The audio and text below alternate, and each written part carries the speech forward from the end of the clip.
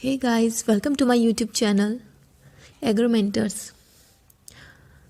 This is Hina Shekhawat.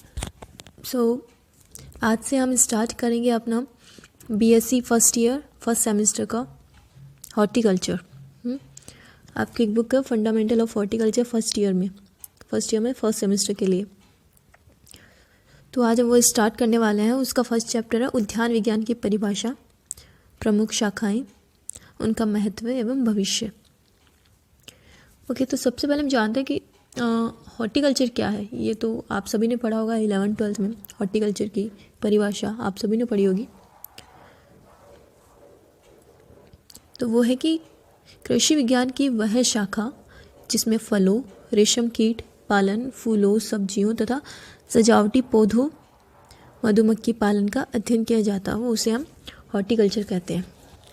और जो horticulture जो शब्द है वो दो शब्दों से मिलकर बना होता है, हॉर्टस प्लस कल्चर, मतलब उद्यान प्रबंध। उद्यान विज्ञान भी कहते हैं हॉर्टिकल्चर को हिंदी में। तो हॉर्टिकल्चर जो शब्द है वो लैटिन भाषा का शब्द है। जिसके पीछे कल्चर लग गया ना, वो सारे शब्द लैटिन भाषा के शब्द होते हैं। ठीक है, इस बात का आप ध्यान रखना।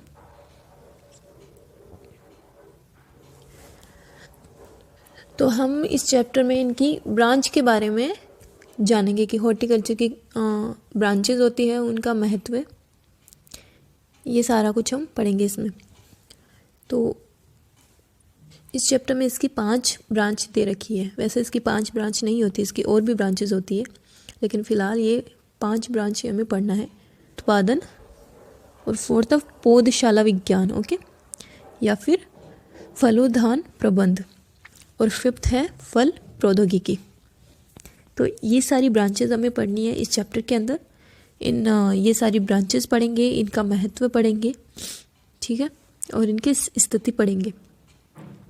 तो सबसे पहले पढ़ेंगे हम ओलेरीकल्चर, शाक उत्पादन। तो शाक उत्पादन की परिभाषा होती है कि उद्यान विज्ञान की वह शाखा जो शाक भाजी से संबंधित ज्ञान उपलब्ध कराती है। शाक भाजी मतलब सब्जियों से, ठीक है, सब्जियों से संबंधित ज्ञान हमें उपलब्ध कराती है, उसको हम शाक उत्पादन कहेंगे या फिर ओलेरीकल्चर कहेंगे। ओलेरीकल्चर जो है वो 2 शब्दों से मिलकर बना होता है। फर्स्ट है ओलेरीज, सेकंड होता है कल्चर। ओलेरीज को हम पॉट हर्ब्स भी कहते हैं, और कल्चर मतलब होता है कल्टीवेशन। कल्टीवेशन का मतलब होता है खेती करना, मतलब सब्जियों की खेती करना, ठीक है।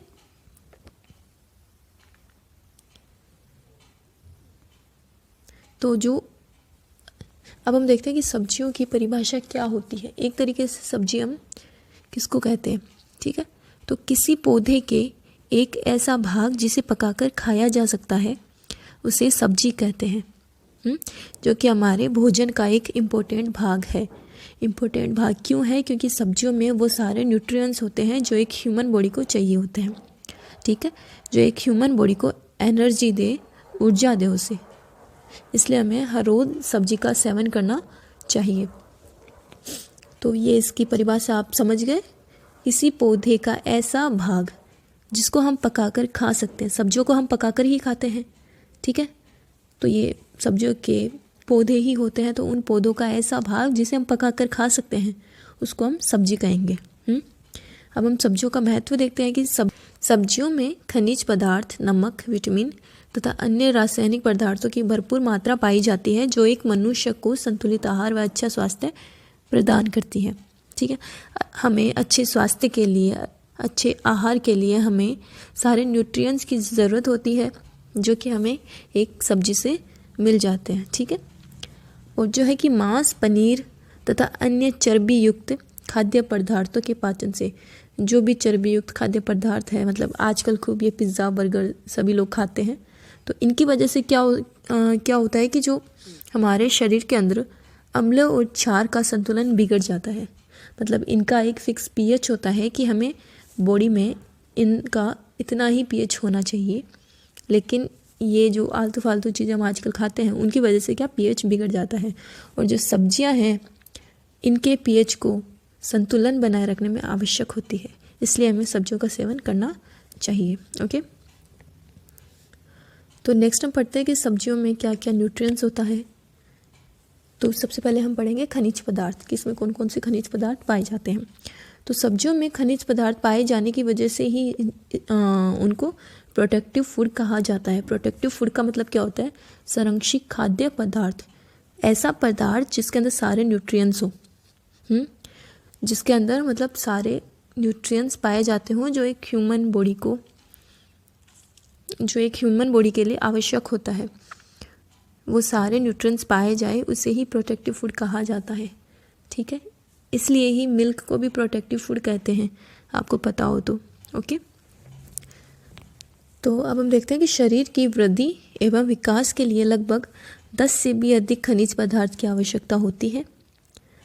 शरीर की वृद्धि एवं विकास के लिए 10 से भी अधिक खनिज पदार्थों की आवश्यकता होती है। ठीक है, तो अब है कि सब्जी में कुछ ऐसे खनिज तत्व भी पाए जाते हैं जो सब्जी के अलावा बाकी खाद्य पदार्थों में उचित मात्रा में नहीं पाए जाते हैं। पाए जाएंगे, बाकी खाद्य पदार्थों में होंगे ज़रूर, लेकिन उतनी मात्रा में नहीं होंगे जितनी मात्रा में सब्जियों में पाए जाते हैं। मतलब सब्जियों से कम मात्रा में पाए जाएंगे। जैसे कैल्शियम है, लेकिन कैल्शियम दूध में भी पाया जाता है, लेकिन सब्जियों में कैल्शियम, लोहा, फास्फोरस इनकी एक उचित मात्रा पाई जाती है जो ह्यूमन बॉडी के लिए उचित हो। ओके, अब है कि कुछ कम मात्रा वाले भी खनिज पदार्थ सब्जियों में पाए जाते हैं, जैसे आयोडीन, सोडियम।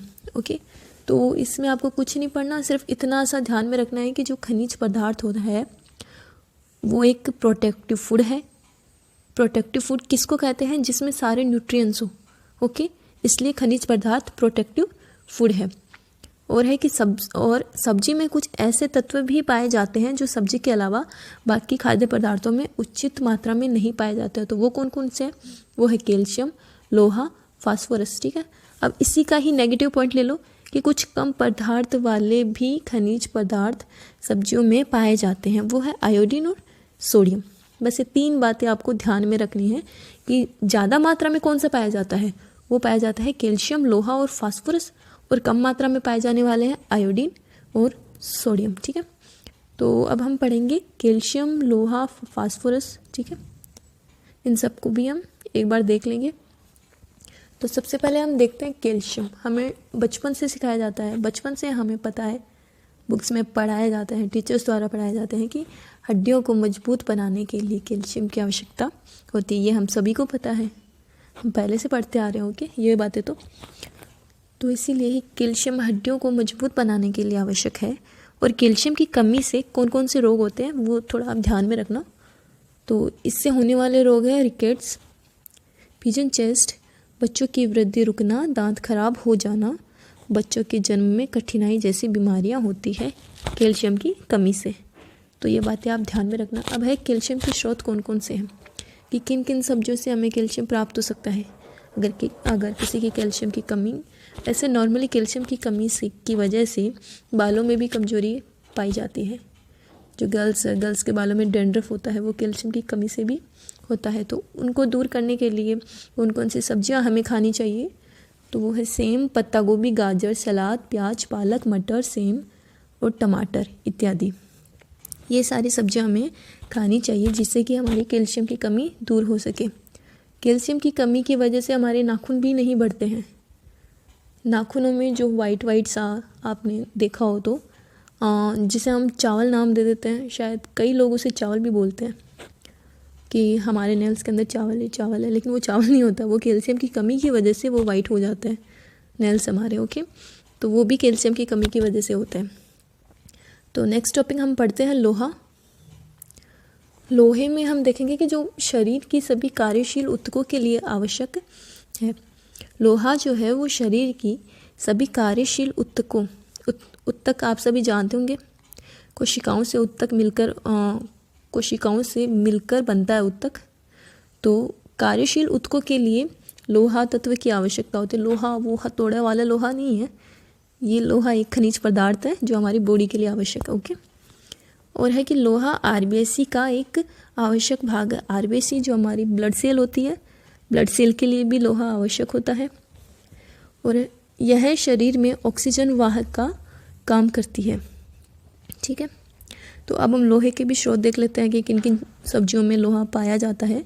वह पालक, सलाद, पत्ता गोभी, मटर, सेम, टमाटर, हरी पत्तियां वाली सब्जियां, इन सब के अंदर लोहा तत्व पाया जाता है। तो अब हम पढ़ेंगे फास्फोरस। फास्फोरस का महत्व है कि शरीर की सभी कार्यशील ऊतकों के लिए आवश्यक है।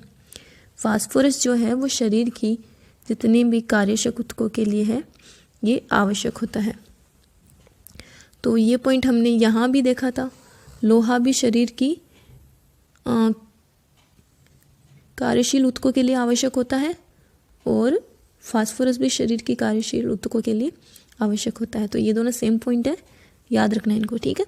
और है कि यह ऊतकों में उचित द्रव्य पदार्थ के बनाए रखने में आवश्यक है। यह ऊतकों में, ऊतक जो होते हैं कोशिकाओं से मिलकर बनने वाले को ऊतक कहते हैं, ठीक है। ऊतक कोशिकाओं से मिलकर बने होते हैं। तो ये ऊतकों में उचित द्रव्य पदार्थ के बनाए रखने में सहायक है, ठीक है। ऊतकों में उचित द्रव्य पदार्थ के बनाए रखने में सहायक है, ये बात आप ध्यान रखना। और है कि शरीर को ऊर्जा प्रदान करने में भी सहायक। शरीर को एनर्जी वैसे तो सारे ही खनिज तत्व देते हैं, लेकिन इसमें फास्फोरस का एक अहम रोल है, ठीक है। और इसके स्रोत है आलू, गाजर, टमाटर, पालक, कद्दू, फूलगोभी, सलाद। तो इन सारी सब्जियों का सेवन करने से हमारी फास्फोरस की कमी की पूर्ति हो जाती है, ठीक है। तो अब हम सब्जियों में विटामिन देखेंगे, कौन कौन से विटामिन पाए जाते हैं, कौन कौन सी सब्जी में कौन कौन से विटामिन होते हैं, ठीक है। तो सबसे पहले देखते हैं विटामिन ए। तो विटामिन ए पाया जाता है गाजर, मटर, सलजम, टमाटर, चुकंदर, पालक, मेथी, हरी मिर्च, सलाद तथा पत्ता गोभी, इन सब के अंदर विटामिन ए पाया जाता है, ठीक है।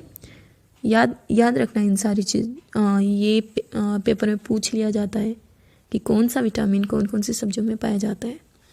तो अब हम देखेंगे विटामिन बी, जिसको थायमीन भी कहते हैं। विटामिन B2 जिसका दूसरा नाम होता है थायमीन। तो ये पाया जाता है सलाद, पत्ता गोभी, मटर, हरी मिर्च, गाजर, प्याज, इन सब के अंदर विटामिन बी पाया जाता है। विटामिन B2 पाया जाता है। तो अब हम देखेंगे विटामिन सी। विटामिन सी पाया जाता है मेथी, पालक, सलाद, पत्ता गोभी, टमाटर, हरी मिर्च, आलू, शक्करकंद। शक्करकंद के अंदर विटामिन सी की मात्रा सबसे अधिक पाई जाती है, ठीक है। सब्जियों के अंदर वैसे विटामिन सी जो खट्टे पदार्थ होते हैं उनके अंदर विटामिन सी की मात्रा अधिक पाई जाती है, जैसे आंवला वगैरह, इन सब में विटामिन सी अधिक मात्रा में पाया जाता है। जो भी खट्टे होंगे ना उनके अंदर विटामिन सी बहुत अधिक मात्रा में पाया जाता है। तो अब हम देखेंगे विटामिन डी। विटामिन डी जो है वो हरी सब्जियों में विटामिन डी पाया जाता है। और नॉर्मली जो विटामिन डी है वो हमें धूप से मिलता है, ठीक है। तो इसका काम यह है कि यह मजबूत हड्डियां व स्वस्थ दांतों की बनावट के लिए आवश्यक है। विटामिन बी हमारी मजबूत हड्डियों व स्वस्थ दांतों की बनावट के लिए आवश्यक है और यह कैल्सिफिकेशन में भी सहायक है, ठीक है। अब हम देखते हैं विटामिन ई। विटामिन ई पाया जाता है पत्ता गोभी, सलाद, वानस्पतिक तेलों में, ठीक है। और यह प्रजनन कार्यों के लिए आवश्यक है। इसके मतलब विटामिन ई अधिकतर तेलों में पाया जाता है, जो ऑयल होते हैं उनमें ज़्यादा पाए जाते हैं, ठीक है। और जो कई ऑयल ऐसे हैं जो प्रजनन कार्यों के लिए आवश्यक होते हैं। तो फिर हम पढ़ेंगे विटामिन जी, जिसको रिबोफ्लेविन भी कहते हैं, ओके, रिबोफ्लेविन। तो यह विटामिन पानी में घुलनशील होता है। जो विटामिन जी है वो पानी में घुलनशील होता है, जो वृद्धि को प्रोत्साहित करता है। जो मनुष्य की वृद्धि होती है उसको प्रोत्साहित करता है। और इसका स्रोत होता है हरी सब्जियां। हरी सब्जियों में विटामिन जी पाया जाता है। हरी सब्जियों में लगभग सारे न्यूट्रिएंट्स होते हैं, इसीलिए कहते हैं कि ज़्यादा हरी सब्जियां खानी चाहिए, क्योंकि हरी सब्जियों में अधिकतर न्यूट्रिएंट्स आपको ग्रीन वेजिटेबल में मिल ही जाएंगे। तो ये हो गया, हमने अभी तक सब्जियों में क्या क्या पढ़ लिया। हमने पढ़ लिया खनिज लवण, विटामिन्स, ये 2 टॉपिक हमने पढ़ चुके हैं कि कौन कौन से खनिज लवण सब्जियों में पाए जाते हैं, कौन कौन से विटामिन सब्जियों में पाए जाते हैं। थर्ड हम पढ़ेंगे अमीनो अम्ल। अमीनो अम्ल भी सब्जियों में पाया जाता है, ठीक है। तो अब हम ये देखेंगे कि यह मनुष्य की वृद्धि व विकास के लिए आवश्यक है। हमारे कोशिकाओं, मांसपेशियों तथा ऊतकों का एक बड़ा हिस्सा एमिनो एसिड का ही बना होता है। यह मनुष्य की वृद्धि और विकास के लिए आवश्यक है। ये टॉपिक नॉर्मल सा टॉपिक है, याद रखना है। यह मनुष्य की वृद्धि एवं विकास के लिए आवश्यक है, ठीक है। मनुष्य की वृद्धि और विकास के लिए क्या आवश्यक है? एमिनो अम्ल। और है कि यह कोशिकाओं, मांसपेशियों, ऊतकों का एक बड़ा हिस्सा एमिनो एसिड का ही बना होता है। जो हमारे शरीर की कोशिकाएं हैं, मांसपेशियां हैं और ऊतक है, उनका एक बड़ा हिस्सा एमिनो एसिड का ही बना होता है, ठीक है। ये याद रखना है। फोर्थ, और अब हम फोर्थ टॉपिक पढ़ेंगे कार्बोहाइड्रेट, ठीक है। तो कार्बोहाइड्रेट का महत्व है कि जो शरीर को ऊर्जा प्रदान करने के लिए कार्बोहाइड्रेट ज़रूरी होता है। और है कि 55 से 56% कुल कैलोरीज हमें कार्बोहाइड्रेट से मिलती है। सबसे ज़्यादा जो कैलोरी है वो हमें कार्बोहाइड्रेट से ही मिलती है। यह शरीर में ईंधन की तरह है, ठीक है। मतलब इससे हमें काफ़ी कैलोरी प्रदान होते, काफ़ी ऊर्जा प्रदान करता है हमें कार्बोहाइड्रेट, ओके। तो इसका स्रोत है, फर्स्ट है आलू। सबसे ज़्यादा आलू में ही कार्बोहाइड्रेट पाया जाता है। आलू और चावल में भी कई मात्रा में पाया जाता है, लेकिन फ़िलहाल हम सब्जियां पढ़ रहे हैं तो एक बार सब्जियां का देख लेते हैं। आलू में कार्बोहाइड्रेट की एक अच्छी खासी मात्रा पाई जाती है। सेकंड है मटर और शकरकंद इत्यादि में कार्बोहाइड्रेट पाया जाता है। तो अब हम पढ़ेंगे प्रोटीन युक्त सब्जियां शरीर में क्षार अम्ल को संतुलित बनाए रखने में आवश्यक है। जो प्रोटीन युक्त सब्जियां हैं वो शरीर में क्षार अम्ल को संतुलन बनाने के लिए आवश्यक है। तो ये हमने अभी ऊपर पढ़ा था थोड़ी देर पहले कि जो सब्जियां होती है वो क्षार अम्ल का संतुलन बनाए रखने में आवश्यक होती है। तो उसमें प्रोटीन का एक अहम रोल है, ठीक है। जो प्रोटीन युक्त जो सब्जियां होती है वो क्षार अम्ल को संतुलित बनाए रखने के लिए आवश्यक है, ठीक है। तो अब हम पढ़ेंगे सब्जियों का औषधीय महत्व भी है। सब्जियों में पाए जाने वाले खनिज, प्रोटीन, विटामिन शरीर को रोग मुक्त बनाए रखने में सहायक है। जब हमारे शरीर को सारे न्यूट्रिएंट्स मिलेंगे तो ये बात तो ऑब्वियस है कि सारे न्यूट्रिएंट्स मिलेंगे तो हमें बीमारियां भी कम होगी, हमारा इम्यूनिटी सिस्टम भी बढ़ता है इससे। इसीलिए ये रोग मुक्त बनाए रखने में भी आवश्यक होती है सब्जियां, ठीक है। ये सारे टॉपिक आप याद रखना। और अब ये हमारा लास्ट टॉपिक है ओलेरीकल्चर का, फिर हमारा ये टॉपिक कंप्लीट हो जाएगा।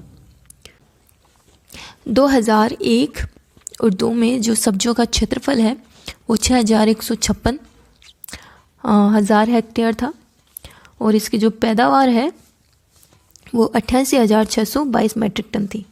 लेकिन 2016-17 में ये बढ़कर इसका जो क्षेत्रफल में भी बढ़ोतरी हुई है और पैदावार में भी इसकी काफ़ी बढ़ोतरी हुई है। तो इसकी जो वर्तमान स्थिति है वो काफ़ी बेहतर है और इसीलिए ही सब्जियों का आर्थिक व्यवस्था में भी बहुत अपना योगदान रहा है, क्योंकि इसमें हमेशा बढ़ोतरी होती रही है, ठीक है। तो अब हम इसके कुछ इम्पोर्टेंट टॉपिक भी देख लेते हैं, जो हमारा कुछ छूट गया है तो वो भी देख लेते हैं। तो वो है कि सब्जी उत्पादन में प्रथम स्थान किसका है विश्व में, ठीक है। विश्व में सब्जी उत्पादन में प्रथम स्थान चीन का है और दूसरा स्थान भारत का है, ठीक है। तो भारत का सब्जी उत्पादन में विश्व में कौन सा स्थान है? तो वो है 2nd नंबर पे। अब एक सब्जी में सर्वाधिक पोटेशियम की मात्रा पाई जाती है। सब्जियों में पोटेशियम की मात्रा सर्वाधिक पाई जाती है। और है कि एक व्यक्ति को, ये क्वेश्चन नॉर्मली पूछा ही जाता है कि एक व्यक्ति को प्रतिदिन 280 ग्राम सब्जियों का सेवन करना चाहिए। लगभग 280 ग्राम, 280 से 300 भी हो सकता है, ओके। तो लगभग 280 ग्राम सब्जियों का सेवन करना चाहिए, जिसमें 85 ग्राम जड़ वाली सब्जियां आप सभी को पता होगी कौन कौन सी होती है, गाजर, मूली, ये सब, ठीक है। और है 85 ग्राम अन्य सब्जियां व 110 ग्राम पत्ते वाली सब्जियां, ठीक है। और है फिर अन्य फसलों की बजाय सब्जियां व फलों की उपज 100 से 150 क्विंटल पर हेक्टेयर होती है। ठीक है। अन्य फसलों के बजाय जो सब्जियों और फल है उनकी उपज 100 से 150 क्विंटल प्रति हेक्टेयर होती है। तो ये हमारा ऑल एग्रीकल्चर आज कंप्लीट होता है। ठीक है, तो आज हम यहीं तक ही पढ़ेंगे, फिर ये चैप्टर हो जाएगा इजीली 4 से 5 दिन के अंदर ये चैप्टर कंप्लीट हो जाएगा। और अगर नोट्स चाहिए हो तो बता देना, या तो अच्छे से इसका स्क्रीनशॉट ले लीजिए, हाँ, या फिर मैं नोट्स अपलोड कर दूँगी। ओके, या फिर आप इसका स्क्रीनशॉट ही ले लीजिए। मैं ये थोड़ा होल्ड करती हूँ, आप ले लीजिए अगर आपको लेना हो तो। सारे टॉपिक्स का स्क्रीनशॉट ले लेना आराम से। या आप बुक से भी पढ़ सकते हैं। और अगर ये लेक्चर देखने के बाद अगर आप अपनी बुक पढ़ोगे तो आपको सारी चीज़ें इजीली समझ में आएगी, ज़्यादा कुछ हार्ड नहीं लगेगा अब। ठीक है, तो एक बार ये नोट्स से पढ़ने के बाद में एक बार बुक का वो रीड कर लेना, एक बार ही रीड कर लेना, चाहे पर कर ज़रूर लेना, अच्छे से आराम से समझ में आ जाएगा वो। ठीक है, तो ये आप ले लो, इसका स्क्रीनशॉट ले लो।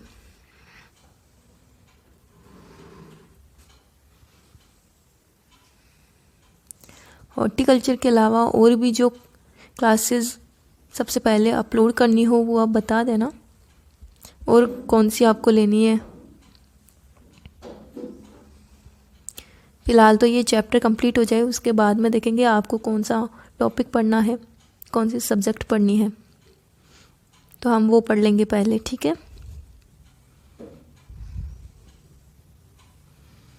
अभी ये चैप्टर कंप्लीट नहीं हुआ है, अभी इस चैप्टर में और भी शाखाएं बची है जो हमें पढ़नी है, 4 शाखाएं और बची है। या आप इसका स्क्रीनशॉट ले लीजिए।